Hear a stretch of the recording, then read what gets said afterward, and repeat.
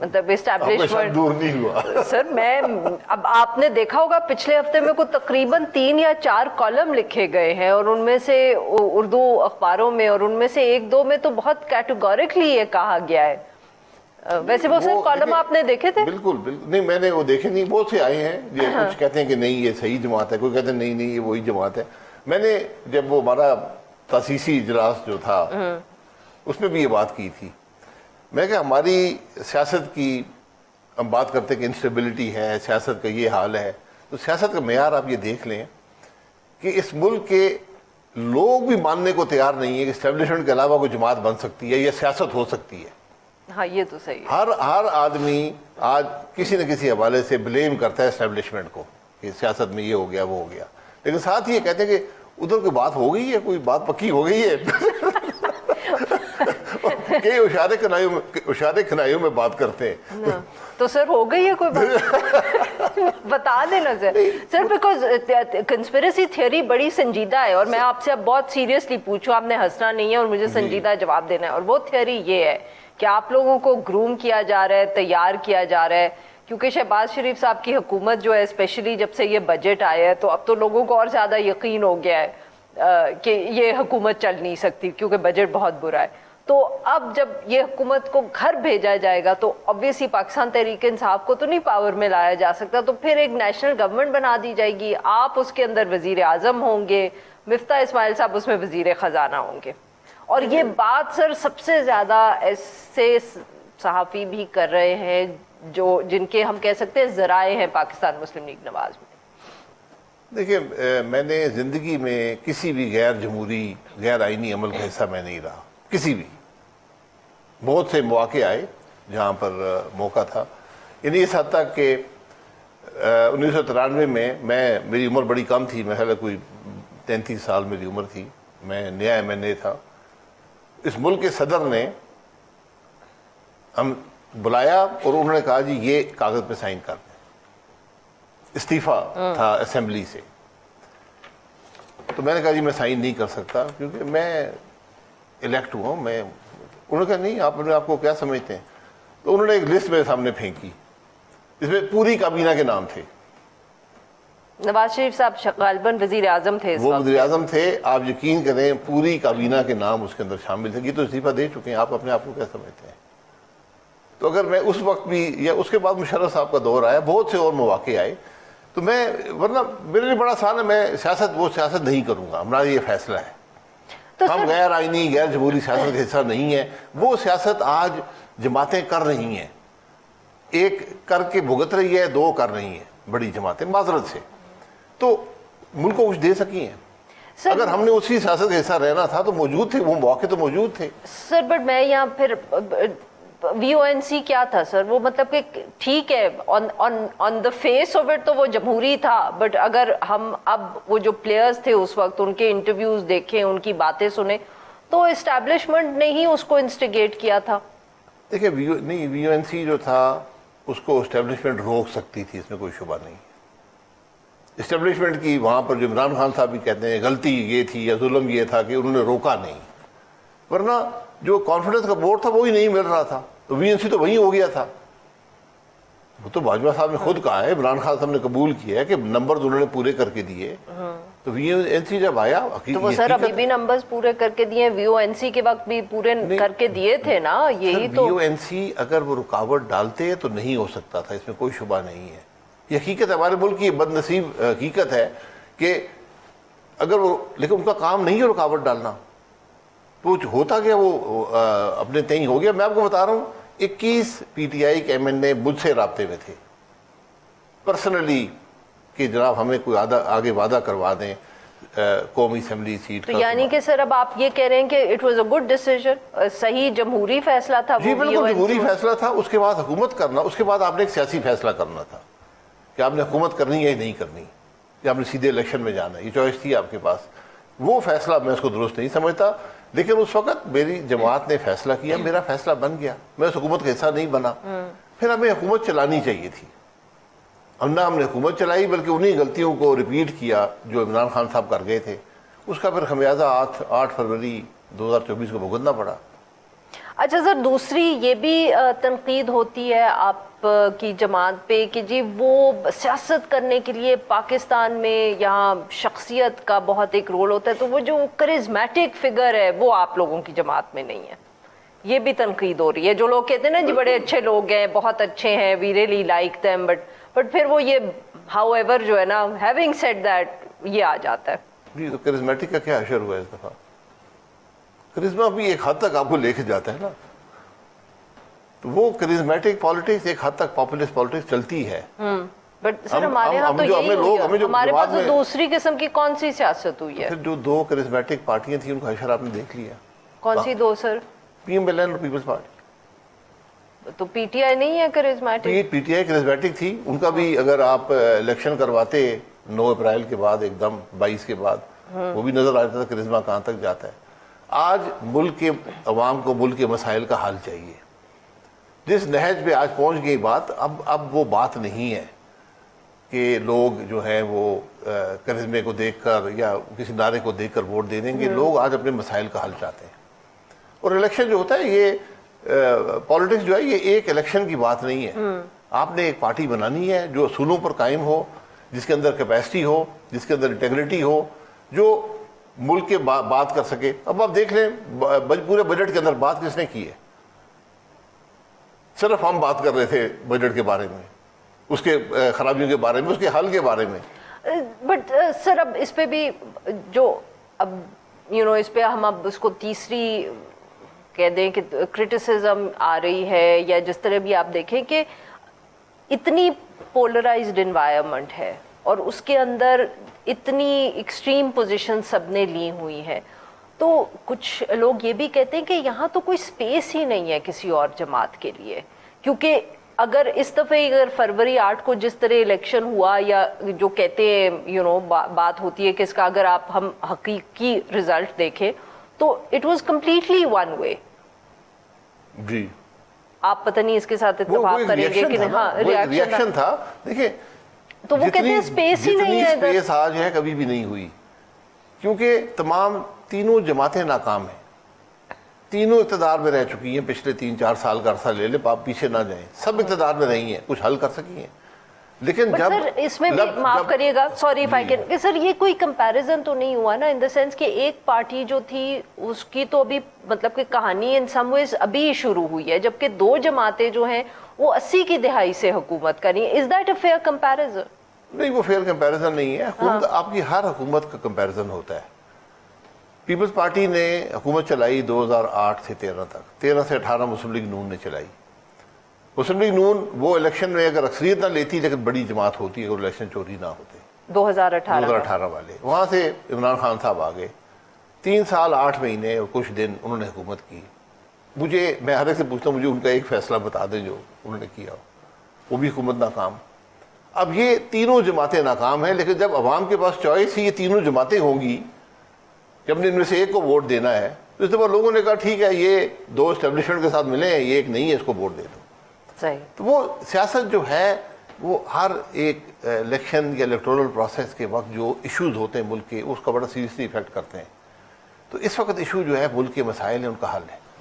ناظرین یہاں پہ لیتے ہیں ہم ایک چھوٹی سی break. We'll be right back.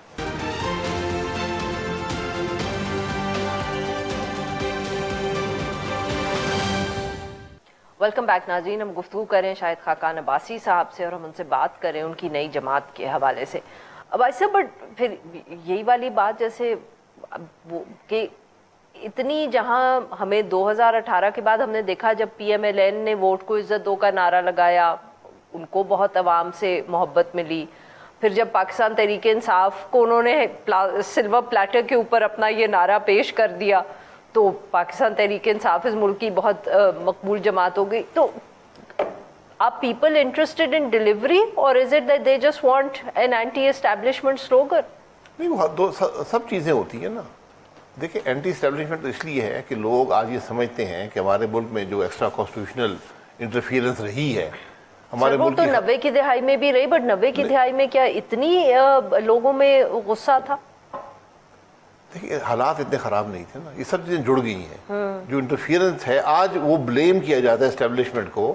یہ جو ایکسٹرا کانسٹیٹیوشنل انٹرفیئرنس رہی ہے اسی نے ملک کو یہاں پر پہنچایا ہے، اور اسی نے ہمیں اکثر وہ سیاستدان دیے ہیں جو آج ہم پہ حاوی ہیں، اور اسی نے، اور میں آپ کو حقیقت سے کہتا ہوں آج آپ کا سب سے بڑا مسئلہ یہ ہوگا جب کوئی بھی ڈیموکریٹک ڈسپنسیشن صحیح طریقے سے آتی ہے کہ ایسے ایسے لوگ مسلط کر دیے ہیں سیاست میں اور پیسہ مسلط کر دیا گیا ہے کہ کیسے لوگ سر؟ جی کیسے لوگ سر؟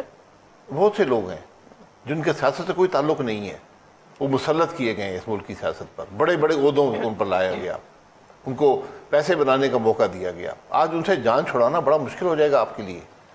یہ لوگ اب الیکشن، کئی حلقوں کے الیکشن، کئی نہیں بہت سے حلقوں کے الیکشن جیت سکتے ہیں اور جیتے ہیں۔ سر پھر دے ہیئر ٹو اسٹے، یعنی کہ یہ جی آپ بالکل ان سے، آپ کا سب سے بڑا چیلنج، میں ہمیشہ کہتا ہوں اگر پاکستان کو آپ 3 فری اینڈ فیئر الیکشن دے دیں، 3 کنزیکٹیو، پاکستان کے حالات درست ہو جائیں گے۔ سر بٹ اب تو شاید ٹائم ہی نہیں ہے 3 الیکشنز کا، ٹائم انفارچونیٹلی۔ ہمیشہ، پھر یہ تکلیف آپ کو برداشت کرنی پڑے گی، اس میں کوئی شارٹ کٹ نہیں ہے۔ ایک دیں نا، دیکھیں کیا ہوتا ہے، پھر دوسرا دیں، پھر تیسرا دیں، اور چیکس اینڈ بیلنسز کریٹ ہوں اس ملک کے حکمرانوں پر۔ بٹ آرگینکلی کریٹ ہو، کوئی خود سے آ کے نہ کریٹ کرنے لگے۔ آپ کا سپریم کورٹ موجود ہے۔ نہیں میں ویسے کہہ رہی ہوں نا سر، ہمارے ہاں تو یہ تھنکنگ ہوتی ہے نا کہ فلانا جو ہے وہ ملک کے لیے صحیح نہیں ہے، اس لیے ہم اس کو پاور میں نہیں آنے دیں گے۔ وہ تو ناکامی، وہ تو کر لیا نا ہم نے۔ یہاں جو غدار کہا گیا وہ محب وطن ثابت ہوئے، جو محب وطن تھے وہ غدار نکلے۔ یہ ہماری تو پوری تاریخ ہی مسخ ہو چکی ہے۔ ابھی ریورسل دوبارہ بھی ہوگا سر؟ جی یہ لگا رہتا ہے، اس کے ہم متحمل نہیں ہو سکتے۔ اب یہ حقیقت سے میں کہہ رہا ہوں، آپ ان کھیلوں کے متحمل اب نہیں ہو سکتے سر۔ بٹ آپ کو آئی مین وین یو، آپ نے آبویسلی اس پارٹی کو بنانے سے پہلے بہت ساری بحث کی ہوگی، بہت ساری ڈسکشنز کی ہوں گی، کوئی آپ کے دماغ میں ہم کہہ سکتے ہیں کوئی ٹائم لائن ہے کہ آپ کے خیال میں کتنا وقت لگے گا فار یور پارٹی کہ وہ ایمرج کرے as how shall we put it, as an electoral force اور as an electoral process, in the sense کہ پریزنس، معاف کریے گا، کہ obviously اگر آج آپ الیکشن ہو جائیں یا 6 مہینے میں ہو جائیں تو شاید آپ لوگوں کی اتنی تیاری نہ ہو کہ آپ کی کو بہت پریزنس ہو۔ کیا آئی مین واٹ از یور میتھ؟ یہ آپ پریڈکٹ نہیں کر سکتے، آپ صرف حالات کو دیکھ کے کہہ سکتے ہیں۔ آج لوگ ڈھونڈ رہے ہیں آلٹرنیٹو۔ جب سیاست میں آپ کی جو ہماری اپوزیشن ہے، دوسری جماعتیں، وہ فیل ہو چکی ہیں۔ وہ ایک حقیقت ہے کہ ان کے اندر آج کوئی صلاحیت نہیں ہے کہ ملک کے حالات کو درست کر سکیں۔ لوگ آزما چکے ہیں، تو یقیناً وہ دیکھیں گے۔ تو ہم نے اب کس طرح اس اسپیس کو فل کرنا ہے، کس طرح ہم نے اپنا میسج عوام کو پہنچانا ہے، یہ ہمارے لیے چیلنج ہے۔ تو ہم نے کوشش کرنی ہے، پھر مقابلہ عوام کا ہوتا ہے، جو فیصلہ عوام کا ہے وہی فیصلہ ہوتا ہے۔ نہیں تو آپ یہ کہہ رہے ہیں کہ سر جب بھی اگلا الیکشن ہوگا یو آر کوائٹ کانفیڈنٹ کہ آپ کی پارٹی اچھا پرفارم کرے گی؟ انشاءاللہ یہی ہماری کوشش ہے۔ اچھا سر، یہ بھی آپ بہت بحث کر رہے ہیں اور یہ بھی آپ کی گفتگو ہو رہی ہے کہ آپ ہر الیکٹیبل کو نہیں لیں گے اپنی جماعت میں۔ سر یہ عمران خان نے بھی وعدے کیے تھے، پھر 2011 ہوا، 2012 ہوا، اور 2018 تک تو انہوں نے ہر کسی کو ہی لے لیا۔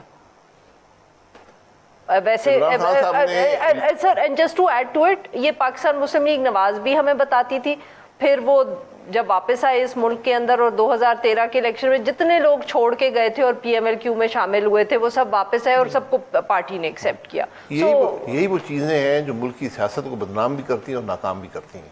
تو ان سب سے ہم نے کم از کم یہ سبق لیا ہے، دوسروں نے نہیں لیا۔ ان کو اقتدار پسند آ گیا، ان کو اقتدار میں چلے گئے یہ فیصلے کر کے۔ تو الیکٹیبل ہونا بری بات نہیں ہے، کوئی ڈسکوالیفیکیشن نہیں ہے، لیکن صرف الیکٹیبل ہونا بھی کوالیفیکیشن نہیں ہے۔ آپ کو لوگ چاہیے جن کی شہرت اچھی ہو، جو ملک کو کچھ دے سکیں۔ صرف سیٹ جیتنا جو ہوتا ہے یہ ابتدا ہے سیاست کی، لیکن اگر آپ کی شہرت اچھی نہیں، اور سیاست میں سب لوگ عوام کے سامنے ہوتے ہیں، لوگ جانتے ہیں کون کس قسم کا ہے، تو جو کنٹریبیوٹ کر سکے ملک کے لیے کچھ کر سکے، ہمیں وہ لوگ جماعت میں شامل کرنے ہیں۔ سر بٹ جو یہ 2024 کا ویسے الیکشن گزرا ہے، آپ نے تو کیونکہ اب آبویسلی آپ 85 سے الیکشن دیکھ رہے ہیں، ڈو یو تھنک کچھ معاشرے میں تبدیلی آئی ہے؟ وہ جو الیکٹیبل ہوتا تھا یا جو اس کا رول تھا الیکشنز میں، کیا اس میں کوئی 2024 میں تبدیلی آئی ہے؟ Is it here to stay یا آپ کے خیال میں this is just a temporary? دیکھیں الیکٹیبل کا رول ہے، لیکن اس الیکشن نے یہ ثابت کیا ہے کہ اگر ایک میسج ہو, ایک نیریٹو ہو, تو پھر الیکٹیبل بھی بہہ جاتے ہیں اس طوفان کے آگے. یہ 70 میں پنجاب میں ہوا تھا, پنجاب میں بھی ہوا 70 میں, اور ایسٹ پاکستان میں بھی ہوا کہ وہاں پر جو پرانے اسٹیبلشڈ پولیٹیشین تھے وہ سب اس میں ناکام ہو گئے تھے. تو اس لیے الیکٹیبلز کی جگہ ضرور رہے گی, لیکن ان کو بھی اپنے رویے, اپنی سوچ کو بدلنا ہوگا پھر جا کے.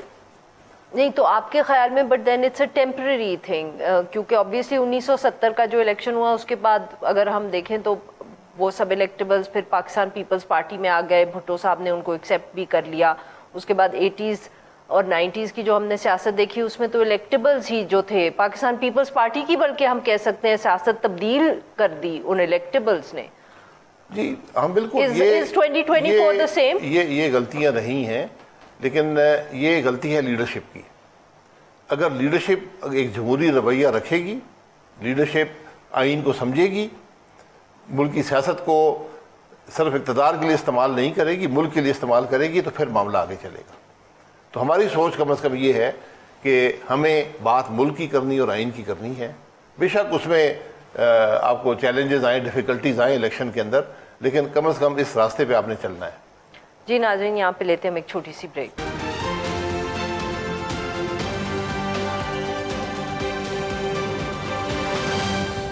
ویلکم بیک ناظرین. ہم بات کریں شاہد خاقان عباسی صاحب سے. عباسی صاحب, بجٹ بھی آ گیا, بجٹ پہ بہت تنقید ہوئی, آپ نے خود کہا آپ نے کی, ایک فیصلہ بھی سپریم کورٹ سے آ گیا.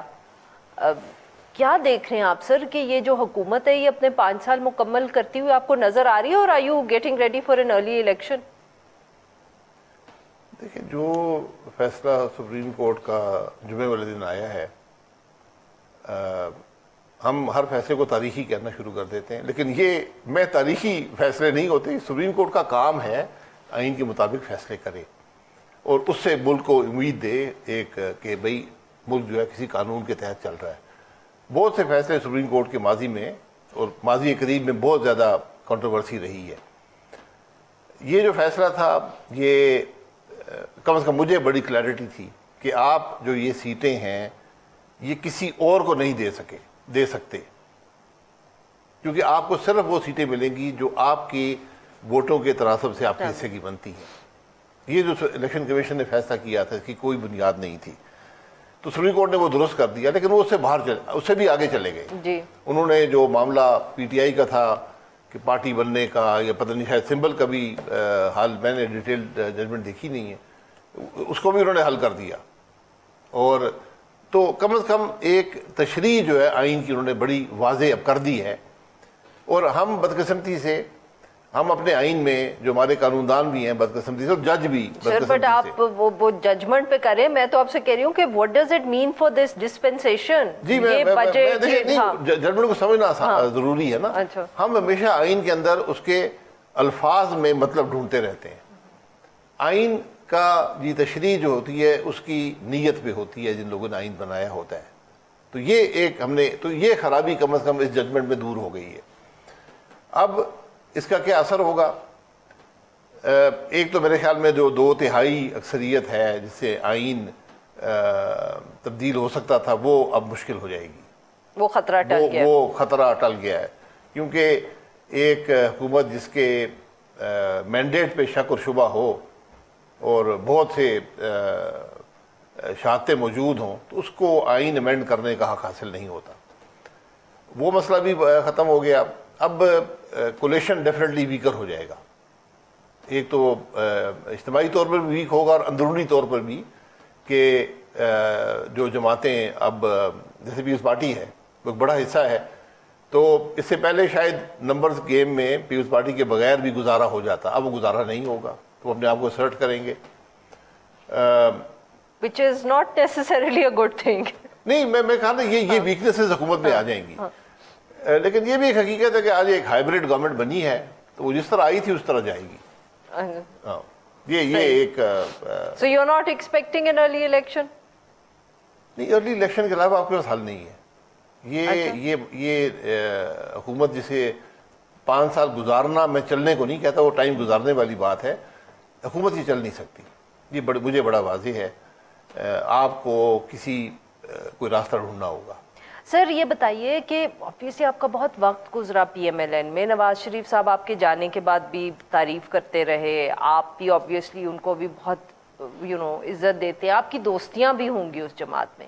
کتنا آسان ہوگا، کیونکہ پاکستان میں ایک طریقہ ہے سیاست کرنے کا، اسپیشلی حلقے میں جب الیکشنز قریب ہوں، جو تقریریں ہوتی ہیں، تو آپ کی جو بھی اتنی پرانی وابستگی ہے ایک جماعت سے، اس کے لوگوں سے، how difficult will it be for you too? یہ بہت بہت مشکل کام ہے. میں تو کبھی جماعت چھوڑنے کا سوچا بھی نہیں تھا، لیکن کچھ ذمہ داری بھی ہوتی ہے کہ اگر اس جماعت نے مجھے اتنی عزت بھی دی ہے، اس ملک نے عزت دی ہے، تو ایک بڑا ڈیفیکلٹ بیلنس ہوتا ہے کہ آپ کیا فیصلہ کریں گے. تو میں نے یہ کوشش کی. میں ایک بنیادی اختلاف تھا، مجھے کوئی میں نے ذاتی میں نے عہدہ کبھی نہیں مانگا جماعت سے، نہ پولیٹیکل عہدہ، نہ حکومت کا عہدہ، نہ پارٹی کا عہدہ، لیکن ایک سیاست تھی جس کے ساتھ ہم چلتے تھے، اور وہ بنیادی طور پہ پہلے دن سے بورڈ کو عزت دو کی سیاست تھی. لوگ کہتے ہیں وہ جو فلانے سے بات کر لی، فلانے سے بات کر لی. میں کبھی اس ڈیبیٹ کا حصہ نہیں رہا. یہ حقیقت ہے ملک کے اندر کہ جب سے میں آیا ہوں 88 کے اندر بھی تو دو ہی جماعتیں تھیں. تو ہم نے ایک یہاں پر وہ کیا ہوتا تھا، ایک وہ چیئر، وہ کرسی پہ بیٹھتے تھے لوگ، ایک کرسی میوزیکل چیئر. Musical chair. ہاں، تو میوزیکل چیئر ہم نے چلائی ملک میں کوئی 15 سال. آج یہ بیٹھا ہے، کل اس کو ہٹاؤ، اس کو بیٹھ جاؤ. تو میں بتا رہا ہوں نا کہ میرے تو سامنے صدر نے کاغذ رکھا کہ سائن کر دو، استعفیٰ دے دو، کہ میں اس کو استعمال کروں گی، حکومت کو توڑوں. ہم نے ہر قسم کے. لیکن جب مسلم لیگ نون کا عروج تھا، گجرانوالے کا جلسہ، جب ووٹ کو عزت دو کا نعرہ بالکل کھل کر سامنے آیا، اس کو پاکستان کی عوام نے قبول کر لیا. لیکن اس کے 1.5-2 سال کے اندر جب ہم نے وہ نعرہ چھوڑ دیا تو پھر بدقسمتی سے عوام نے بھی چھوڑ دیا. تو پھر میں نے اس وقت 2022 کے آخر میں ہی میں نے میاں صاحب کو بتا دیا تھا کہ میں اب الیکشن نہیں لڑ سکوں. Sir very quickly we run out of time. آپ نے کہا عوام نے پی ایم ایل این کو چھوڑ دیا. سر بٹ آپ کے خیال میں کیا کوئی گنجائش ہے کہ یہ عوام ایٹ سم سٹیج واپس پی ایم ایل این کے پاس جائے، اور is the time over for the party? دیکھیں یہی چیلنج ہے میاں نواز شریف صاحب کے لیے. یہ اس کا مقابلہ شہباز صاحب نہیں کر سکتے تھے اس چیلنج کا. یہ میاں نواز شریف صاحب کے لیے چیلنج ہے. وہ ایک پرانے سیاستدان ہیں. اور ان کی بیٹی نہیں، وہ تو ابھی سیاست میں آئی، ان کا تو یہ ان کے لیے بہت ناممکن ہے. اور اسپیشلی جب آپ ایک سوچ سے ہٹ جائیں نا، پھر لوگ معاف نہیں کرتے جلدی. تو اس میں میاں نواز شریف صاحب بھی ایک آدمی ہیں جو قائل کرنے کی کوشش کر سکتے ہیں عوام کو کہ کیوں میں حکومت میں آیا، کیوں ہم نے یہ فیصلے کیے. لیکن یہ مشکل کام ہے، بہت مشکل کام ہے. بہت بہت شکریہ عباسی صاحب، آپ نے ہمارے لیے وقت نکالا. ناظرین آج کے لیے بس اتنا ہی. We'll be back tomorrow at the same time.